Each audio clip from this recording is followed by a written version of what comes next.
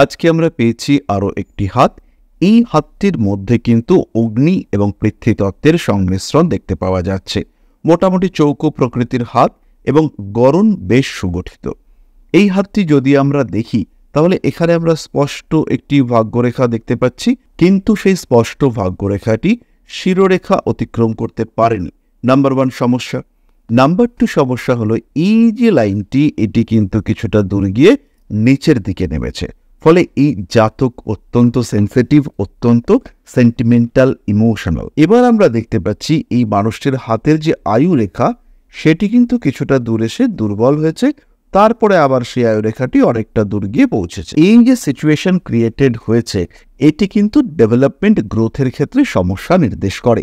একজন জাতক তার 25 থেকে 35 বছর বয়সে যে গ্রোথ পাবে, সেই গ্রোথের ক্ষেত্রে সমস্যা, বাধা, বিপত্তি, ডিলে ইত্যাদি নির্দেশ করে।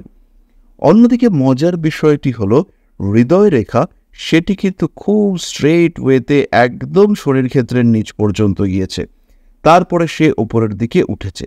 এই যে শনির ক্ষেত্রের নিচে পর্যন্ত হৃদয় রেখা সরলভাবে গেছে, এর ফলে যে ঘটনাটি ঘটবে, এই মানুষটির জীবনে এমন একজন মানুষ থাকবেন যার মাধ্যমে এই মানুষটির জীবন অনেকটাই ডেভেলপড, অনেকটাই ভালো হয়ে উঠবে। এই হাতের মধ্যে শুক্রের ক্ষেত্রটিকে আমরা যথেষ্ট ডেভেলপড, যথেষ্ট সুন্দর দেখতে পাচ্ছি। তার মানে এই মানুষটির যে মনের ইচ্ছা, মনস্কামনা, সেইগুলি ধীরে ধীরে পূর্ণ হতে দেখতে পাওয়া যাবে। এবং এই যে চন্দ্রের ক্ষেত্রটি, এই অংশটি, এটি কিন্তু খুব একটা ডেভেলপড নয়।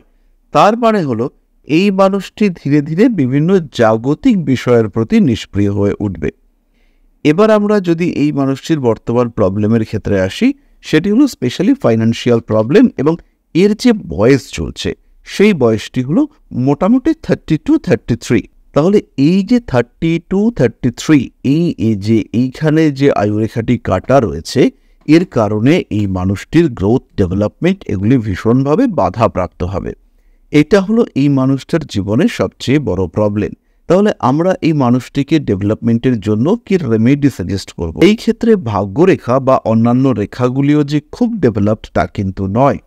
এই ক্ষেত্রে খেয়াল রাখতে হবে, আমরা যদি এই মানুষটির ডেভেলপমেন্টের জন্য বুধকে চার্জ করি, কিংবা যদি বৃহস্পতিকে কিছুটা এনার্জাইজ করবার চেষ্টা করি, সেই ক্ষেত্রে কিন্তু আমাদের এই জাতকের ইমপ্রুভমেন্ট যথেষ্ট দ্রুত এবং ভালোভাবে দেখতে পাওয়া যাবে।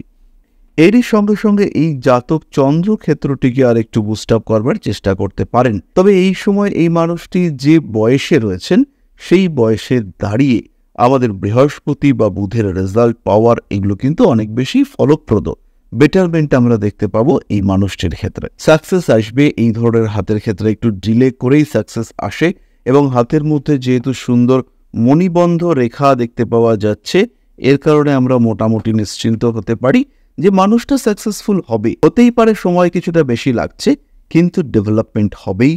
ব্যবসায়িক ক্ষেত্র থেকেই হবে, কিংবা স্বনিযুক্তি পেশার ক্ষেত্রে হবে, এবং ডেভেলপমেন্ট হবেই হবে। সুতরাং আপনিও যদি নিজের হস্তরেখা বিচার করাতে যান, নিজের হাত সম্পর্কে আরেকটু জানতে চান, নিজের লাইফস্টাইল, তার ইন্ট্রিনসিক পার্ট সম্পর্কে উপলব্ধি করতে চান, দেরি না করে ফোন করুন আমাদের কন্ট্যাক্ট নাম্বারে, কিংবা ভিজিট করুন আমাদের ওয়েবসাইট www.astroraiva.com।